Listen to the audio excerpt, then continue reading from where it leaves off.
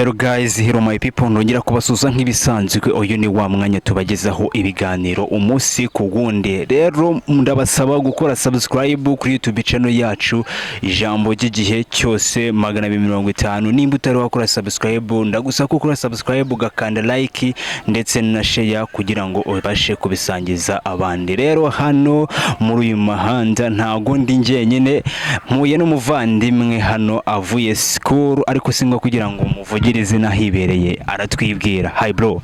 Hi. Meze bite? Meze neza. Ni amazina yahe? Amazina nishimye Jean Claude Mr Dekate wa Zuma.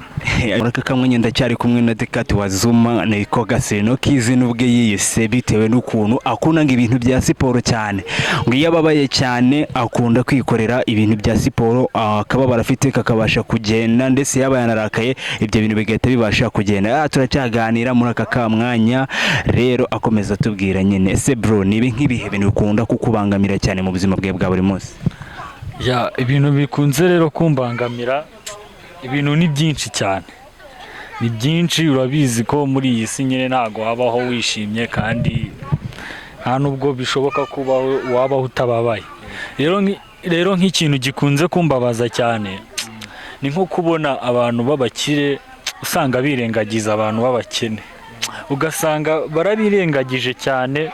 Icyo kintu kinjya ku mutima kikantera ishavu nye n'agahinda, nkumva ko nanjye za ntego zanjye ngomba kuzikomeza, nkagira ahantu naba nagera kugira ngo mbashe kugira gute kutazajya nirengagiza aba bantu, nkakosora ibyo babakire baba bakorera abandi bantu. Uramutse ufite ibintu wakwirengagiza bya bindi abakire baba bakora? Niko bimeze. Cyangwa nawe uramutse ufite amafaranga nayo bishobora gutuma nawe wikoreye nk'ibyo abo ngabo ubona bakora nawe ukabikora. Aho niho byivugiye waba umbeshye. Wapi njye si ukomeze intego yanjye njye nakuze mfite intego yuko ntazigera nibagirwa umuntu uri hasi, waba urwaye waba umeze gute, kandi niba waba uri umukire ukansaba ubufasha sinzigera nanga kugufasha. Na n'ubu ngubu urabikora? Na n'ubu ngubu ndabikora. Abantu benshi, mfite inshuti nyinshi cyane ku ishuri twirirwa baza nko kunsura aho ngaho mu rugo, na mama nawe ahora bimbwira ati ubwo rukundo wakuranye mwana wanjye jya ukomeza urukomezanye, ruzakugeza ahantu heza. Uri umusore mwiza kandi ndukumva ufite ibintu byiza cyane bikuranga kabisa. Niko biba bimeze. Ubundi kugira ngo ejo hawe habe heza nuko uharema. Ugomba kuharema, kandi ugomba kuharema uri umwana, ukaharema uri ukiri mutoya, ukimenya gusabana n'abana bagenzi bawe. Buriya abana buriya uzaharanire mu buzima bwawe kuzajya ukora ikintu gikunzwe n'abana kuruta uko cyaba gikunzwe n'abakuru, kuko bro abantu bakuru ubona baba bari kubyina bavamo, niko nabyita. Rero abana ari abana bari kuzamuka. So iyo ukoze ibintu bibi cyangwa se ugakora ibintu byiza, abana bari hasi nibo babyiga bakazabikurana. Ubwo bakura bitewe n'ukuntu bagenda bakubona, cyangwa se n'ibyiciro abantu bagiye barimo. Hari abana bakura bameze neza bafite ikinyabupfura, hari n'abana bakuru usanga bafite imico itari myiza bitewe n'ibyo bagiye babona ku bandi bantu. Icyo ngicyo niwe cyo ushaka ko bakwegeraho? Njye icyo ngicyo rero nicyo nshaka, nicyo nirinze no kuva nkiri mutoya, kuba nakura mbona umwana agendera ku bintu byanjye ariko biteye isoni. Yego, icyo naracyanze rwose. Ushaka kubereka inzira nziza bagomba gucamo, nziza itandukanye n'iz'abandi? Nshaka kubereka inzira bagomba kugenderaho itandukanye n'iz'abandi. Buriya hari imico bitari myiza, imico y'ubujura, imico ngo yo gusambanira ku gasozi. Noneho ujye nabikora? Imana yandemye neza, njye sinjya njya muri ibyo bintu. Ubundi njye akenshi iyo ndangije akazi kanjye, wenda nkava nko ku ishuri, babona ndi kwiga mu kiruhuko. Iyo mvuye nko ku ishuri, urabona tujyayo tugatangira 2:30, amasomo yacu akarangiza 3:00. Rero iyo ndangije amasomo nako 6:00 nibwo tuyarangiza. Iyo ndangije ayo masomo rero, ikintu cya mbere mpita njya mu rugo, wenda niba ndavoma ayo mazi donc nkaba nayavoma, niba ndi bugire ikintu nkora mu rugo nkaba nagikora, ariko nkabimanaginga ku buryo isaha y'isa 7 ibintu ndaba mbirangije. hari ahantu henshi mba mfite akazi bitewe n'ukuntu ngiye nkunda kwikorera, abantu benshi baranyemera. Rero sinjya nshomererwa nk'aba bashomeri ubona birirwa basaba akazi. Ngiye mba mfite gafone kanjye kaba kari ku murongo, n'uguhita numva koro rimwe mpita ngenda. ubwo mbese muri wowe wiyubakiye izina rituma ubwawe utaba umushomeri mu rubyiruko. Urabyumva nawe kabisa. Muri make buri kimwe cyose ukeneye ntabwo biba ngombwa yuko utega amaboko kugira ngo ugisabe. Reka n'uwo muco wo gusaba sinkukunda. Ntabwo ukunda. Wapipe ntabwo nkunda umuco wo gusaba, ndanawurwanya. Ahubwo kuba wifitiye amaboko yawe ugomba kuyakoresha kugira ngo icyo ukeneye kibone. Birumvikana kuba mfite amaboko Imana yandemanye mu mutwe hari benshi usanga badafite ibice by'umubiri byabo, ugasanga nk'umwana avutse nta kaguru nta kaboko, ariko wowe bro ugize amahirwe, uravutse urakuze, ufite umutwe, ufite amaboko abiri, amaguru abiri, uragenda uratekereza. Kubera iki ukomeza kugenda usaba buri kimwe cyose? Uri umugabo w'imyaka 15 uracyasaba iwanyu bogisa. Ese kuki udatekereza mu mutwe wawe uvuga ati gute mba mfite imyaka 15 nkaba nkomeje gusaba buri kimwe mu rugo, byibura atari ibintu biremereye? Byibura niyo yaba ari n'ibintu biremeye, ese ufite iki? Bibe 5 babibone, babona bahera. Buriya n'umubyeyi rero wari ukuntu dufosinga ababyeyi rero. Niba sinzi niba uri umubyeyi, ariko nubwo nanjye ntari umubyeyi, niyo waba uri umubyeyi nawe ubyumve.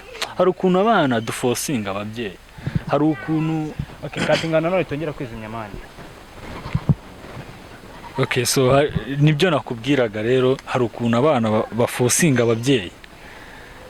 Niba umubyeyi nawe uzabibona. Niba umwana wawe w'umusore niugira amahirwe wenda ukamubyara, uzabibona. Ariko njyewe narabibonye, hari n'abenshi nyine mbibonaho cyane ko hari n'ababyeyi ngiye nkunda kuganira n'ababyeyi cyane, mba nzi amabanga yabo yose mba nyazi kuko banyisanzura bitewe n'ukuntu ngemeza. None aho kugira ngo umwana ugasanga nk'umubyeyi ari kuvuga ati umwana wanjye ngiye wansaba buri kimwe cyose, akantu kose niyo kaba kaguza amafaranga 500 ugasanga ari kukansaba. Ese umwana wanjye azamenya ubwenge bwo gufata bwo gukura akagenda akaba yakishakira amafaranga, yakaba yakigura ikintu akeneye? Ahubwo ugasanga turimo tugenda dushwanashwana, duhora mu matiku adashira. Ayo matiku ngiye rero niyo nanze. Ni gute niba uri umwana wuzuye utekereza, kuki wicara mu rugo iwanyu w'umusore ukicara? Umukobwa ndabyumva, kandi nawe urumva umukobwa ntabwo aba ari kimwe n'abahungu bro. Ubundi abahungu bigwana hanini cyane. Abahungu bundi rwose, iyo uri umuhungu ukaba ufite imyaka 15 ukaba utagerageza gushaka ikiraka, ukaba ubona iwanyu mudakize, niyo mwaba mukize, menya ko niba umeze gutyo uri uwo muhungu ngiye sinkukunda. Ntabwo nakugira iyo nama yo kwirirwa wicaye mu rugo iwanyu uvuga ngo ndasaba buri kimwe cyose. Ku myaka yawe 15 utakibwiriza kugenda ngo ushabuke mu mutwe. Icyo bita gushabuka. Gushabuka ni ugukuruka ukamenya ubwenge. Icyo bita kumenya ubwenge rero ni nk'icyo ngicyo mba ndi kuvuga, kugenda ugamenya gukora amafaranga yawe, ukamenya n'ukuntu yamanaginga bitewe n'ukuntu aba yakuvuna. Hari ukuntu ubona ubwo rero ni bya bindi iyo usabye amafaranga ababyeyi ungana gutyo, ukaba ukeneye urukweto rwa veniseke, barayaguha ukayakoresha nyine, uko bumva wagura urwo rukweto rwa veniseke koko, ariko nta budgeting ufite muri wowe, kubera ubuzi ko utayavunikiye. Bari kuvuga ati ningura urukweto biraba bibaye, ninongera gusaba ibindi bazabima. Ariko bro, iyo wakoreye amafaranga ureba rwa rukweto ukavuga ati ese uru rukweto nta kuntu nagura muri ruri hasi yago, nkagira utwo naba nasagura nkaba natubika. Ugasanga icyo kintu muri we ntacyo afite, kubera azi ko n'ubundi ibyo gusevinga byo ntabimurimo, kuko avuga ati buri kimwe cyose nzakenera bazakima. Wabona nyine umuntu utipe wese, kandi nawe urabizi ko kwambara neza aricyo kintu ashyira imbere kurusha ibindi byose. Ikintu cyo kwambara neza, nk'ikintu cyo kwishyira ku cyangwe pe, yego nanjye simbyanga, ariko se bro, byambare ubikoreye. Byambara ubikoreye ufite aho uhera. ubyambara ufite aho uhera uvuga ati byibura nanjye mfite uburenganzira bwo kugira gute kubyambara. ubona ibintu byose nuko biba bishyizemo imbaraga kugira ngo bikore. Ibintu byose nyine ni wowe uba wabishyizemo imbaraga, ariko uzi ukuntu umubyeyi yishimiye iyo umubwiye ati nkeneye akantu ko kugura ibihumbi 15, ariko mubyeyi mfite ibihumbi 10, nta kuntu wanshyiraho 5. Umubyeyi icyo gihe nta zindi discussion ahita agira, ahita fikinga akavuga ati se umwana wanjye ukumva nyine bikamutungura cyane, agahita atekereza akavuga ati umwana rero nta kuntu namwima amafaranga ibihumbi 5 kandi afite ibihumbi 10, reka mukore ibyo yifuza ariko umwana wanjye yishime. Byibura n'umubyeyi nawe akishima, bitewe ko aba afite ahantu atangirira. Bitewe yuko abavuga ati umwana wanjye byibura aba afite ahantu yahereye, nanjye reka mwongerere kugira ngo abone ko ndi umubyeyi, hari umubyeyi gito. Ya mubyeyi wundi afata umwana buriya umubyeyi iyo areba ko hari ikintu runaka wakoze ubwe nawe agerageza kuba yagukora support, akavuga ati uyu mwana ntako atageze, reka ngire ikintu runaka nanjye mwongereraho. Birumvikana rwose, nanjye ndi umubyeyi nubwo ntaraba nawe, ariko ndi umubyeyi. Nimba umubyeyi cyangwa se umwana wanjye rwose akaza akambwira ati rwose Papa Zuma Papa wa Zuma ako mba ndi gutekereza ukuntu umwana wanjye azajya ati Papa wa Zuma Papa wa Zuma. Urumva nyine amazina yo muri iyi generation abagoye, ariko abantu bazajya bagenda bayamenyera. Niyo mpamvu rero nibyo nakubwiraga ati umwana azajya ati rwose ati papa ati nkeneye rwose utuntu nk'utu, ariko hari icyo mfite mperaho, fasha unyongerere. Biri imbere cyane kuko nanjye mbizi ko uko nabigenzaga ntago bizamubangamira, ntago bizambangamira cyangwa se ngo bibangamire umwana. Nzabikora uko bikwiye. Rero guys, ndeka mbabwire ngo umwanya wose twagiranye ndabashimira. Rero uyu muhungu wacu Dekati wa Zuma nimukunda ikiganiro twagiranye, ndababwira ngo tuzongera tumugarure kuri YouTube channel yacu, twongere tuganire nawe. Reka mbabwire ngo nimba turakora subscribe kuri YouTube channel yacu, ijambo ry'igihe cyose ko wajya ugakora subscribe mukajya mudukurikirana umunsi ku wundi. Ndagushimira rero kuba twagiranye umwanya ungana gutya bro. Merci, nanjye ndishimye cyane pe, ndishimye ntago nabyumva, ntago wabyumva ukuntu ngiye nishimye, ariko buriya ngiye ntago wancika gutyo, ntago wancika gutyo pe. Nakubwiye ntagiriye abantu inama cyangwa se ngo nkusabe yuko twazongera tukagirana ikiganiro, kuko ngiye mba mfite ibintu byinshi byo kuvuga, abantu nkabagira inama yuko bakubaka ejo yabo hazaza. So rero wenda reka ngaruke ku kintu gito cyo kugira, wenda nagira nk'abasore bari mu kigero cyanjye.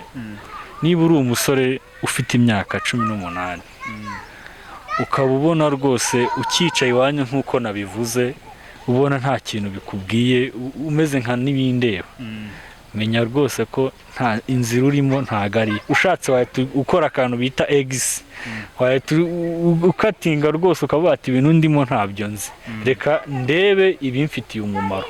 Kandi ibintu by'ibigare, hari ukuntu ujya mu kigare rwose, niba ubona icyo kigare shumi yanjye rwose kitari kuguteza imbere, ubona nta cyerekezo, ahubwo kiri mu bigukonsuminga amafaranga, ugashanga nyine ushatse kuzajya uragenda ukabona icyo kigare urimo nyine kiri gushaka kuba cyakujyana mu bintu bibi, rwose nakugira inama yo gukatinga.